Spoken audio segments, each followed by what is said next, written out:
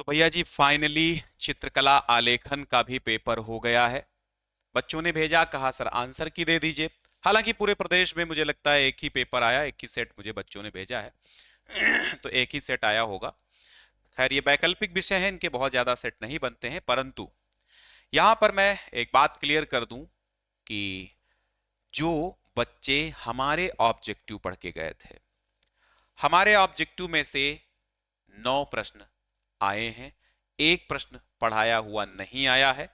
10 में से कहें अगर एक यहां पर त्रुटिपूर्ण प्रश्न मुझे लग रहा है, तो 10 में से 8 के 8 अंक हमारे एक वीडियो ऑब्जेक्टिव व्याख्यात्मक हल से आया है। आप देखेंगे मॉडल पेपर्स भी हमने जो 3-4 दिए थे वहां से भी आया है। फिलहाल मैं ये नहीं कह रहा हूं कि दावा ही कर रहा हूं, लेकिन जिन बच्चों ने पढ़ा है वो सब जानते हैं कि आया था। मैं बहुत बार मॉडल पेपर कराने के दौरान चिल्लाता रहा कि भैया ऑब्जेक्टिव वाला मैं करा चुका हूं, वो देख लीजिएगा, वो देख लीजिएगा, है ना। तो बहुत सारे बच्चों ने देखा, बिल्कुल मजा आ गया, अच्छे से कर लिया है। ठीक, अब यहां देखिएगा, यहां पर मैं हिंदी मीडियम ही करा देता हूं। कौन सी पेंसिल से बनाई गई रेखा सबसे अधिक काली होगी? कल के ही पेपर में मैंने इस पर चर्चा की थी कि भैया पेंसिल एच आती है और बी आती है, यानी एच बी भी आती है, एच और बी अलग अलग भी आती है। एच के आगे जितना ही अधिक नंबर होगा उतनी ही हल्की, और बी के आगे जितना ही नंबर अधिक होगा उतनी ही गहरी। तो हमने कहा जब भी गहरी पूछे, काली पूछे, तो आप बी के आगे नंबर ज्यादा बड़ा देखिएगा। तो यहां पर बी के आगे यहां पर 6B सबसे बड़ा नंबर है और सबसे गहरी इनमें से यही चलेगी। ठीक है, फिर है कांगड़ा चित्र शैली का प्रमुख संरक्षक कौन है? तो यहां पर भी मैंने ऑलरेडी इस प्रश्न को कराया हुआ है, महाराजा संसार चंद यहां पर एकदम सही हो जाएगा। अब ये जो सवाल आया है कि बादामी गुफा कहां पाई गई है, ठीक है, बादामी गुफा कहां पाई गई, तो मैंने इसमें पता लगाया इस प्रश्न को भाई, इस प्रश्न का मैंने पता लगाया। तो इसका अगर आप क्वेश्चन बैंक में भी देखेंगे, विद्या क्वेश्चन बैंक में, तो वहां पर भी इसमें कर्नाटक दिया गया है, परंतु यहां कहीं भी कर्नाटक का ऑप्शन नहीं है। हो सकता है कि वहां पर कुछ और नाम हो, आईहोल हो, रायगढ़ हो, औरंगाबाद हो, मिर्जापुर हो, बट औरंगाबाद एक एक मैंने गूगल सर्च किया, गूगल पर भी कर्नाटका दिखा रहा है। औरंगाबाद एक एक जगह मैंने देखा कि किसी फेसबुक पर मुझे दिखा कि औरंगाबाद है। तो दरअसल इस प्रश्न को तो मैं डाउट ही में रखता हूं, क्योंकि औरंगाबाद यहां पर अगर आपने लगाया तो सही भी हो सकता है, क्योंकि औरंगाबाद तो एक जगह मिला गूगल पे, लेकिन गूगल की मैं बात पूर्णतया नहीं मानता हूं। तो बादामी गुफा कुल मिला के कर्नाटका इसका सही जवाब है, लेकिन वो इसमें ऑप्शन में नहीं है, तो मैं क्या कर सकता हूं।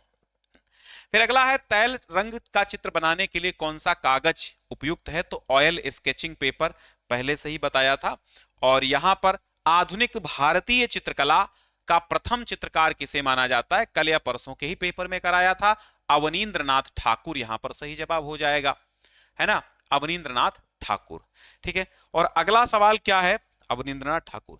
हाँ, एक ये वाला जो सवाल है, तो ये दो जो सवाल, एक पहला जो बताया मैंने बादामी गुफा वाला, और ये एक व्यक्ति चित्रण वाला, ये तो खैर नया आ गया है, ये किसी बुक में नहीं है, मतलब जो हमने पढ़ा उसमें हमको नहीं मिला।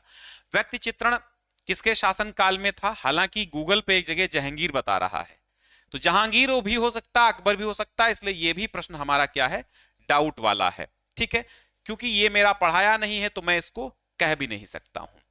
ठीक, मार विजय भित्ति भित्ति चित्र अजंता की कौन सी गुफा में है? तो गुफा संख्या 1 है। क्या है? गुफा संख्या 1 में है, ये भी मैंने ऑब्जेक्टिव में पढ़ाया था। रंगों पर बड़ी अच्छी खासी चर्चा की थी कि भाई द्वितीयक रंग, कल ही के पेपर में की थी, द्वितीयक रंग कौन है, प्राथमिक रंग कौन है? तो द्वितीयक रंग कौन सा है जो दो प्राथमिक रंगों से बने? तो ला पीनी हमने कहा था ये प्राथमिक रंग है, और बैंगनी जो है लाल और नीला मिला के बनता है बैंगनी, तो इसलिए बैंगनी द्वितीयक है। तो यहां पर बा ऑप्शन हो जाएगा। अनुदृश्य या पर्सपेक्टिव, पर्सपेक्टिव किस अनुभूति का बोध कराती है? ये हमने ऑब्जेक्टिव में कराया था जब टॉप 100 कराए थे। तो अनुदृश्य या पर्सपेक्टिव ये दूरस्थ तथा निकटस्थ, ऑप्शन नंबर आ यहां पर सही हो जाएगा। और भारत में कंपनी चित्रण शैली का प्रमुख केंद्र क्या था? तो यहां पर जो सही जवाब है वो आपका पटना है। ठीक है, तो यहां पर पटना है, और ये भी मैंने करा रखा था ऑब्जेक्टिव में। ना माने तो आप वीडियो जाकर के देख सकते हैं, ठीक है, उसकी कोई जरूरत नहीं है। आपने जो लिखा ठीक लिखा है, उसकी चिंता मत करो, क्योंकि ये तो केवल 10 अंकों के थे। 90 का तो आप मार के आए हैं यार। नहीं, बहुत सारे बच्चे क्या करते हैं, इन 10 के चक्कर में अपना माथा टेंशनाइट कर लेते हैं। लेकिन इन 10 के चक्कर में क्या मतलब भाई, 90 का तो आप सही करके आए हैं। वो 90 के चित्र बना के आए हैं। 90 में कितना भद्दा आपने चित्र बनाया हो, कितना खराब बनाया हो, 80 और 70 80 तो मिल ही जाएंगे, 80 के आसपास तो मिल ही जाएंगे भाई। तो कुछ तो यहां सही हो जाएंगे, कुछ उसमें तो। अगर आपने सबसे टेढ़ा चित्र बनाया है तो 70 80 मान के चलिए। सबसे खराब आपको लगता है कि मुझसे खराब किसी ने नहीं बनाया, तब भी आपको 70 80 के बीच में अंक मिल ही जाएंगे, है ना। तो उसकी चिंता मत करो कि ऑब्जेक्टिव में गड़बड़ हुए। हालांकि 2 अंक तो दो प्रश्न तो मेरे डाउट में ही खुद ही हैं, क्योंकि वो वाला में ऑप्शन ही नहीं है। तो अगर देखा जाए तो ये वाला मेरा पढ़ाया नहीं था भाई, व्यक्ति चित्रण वाला मैंने नहीं ना पढ़ा ही है ना पढ़ाया ही है।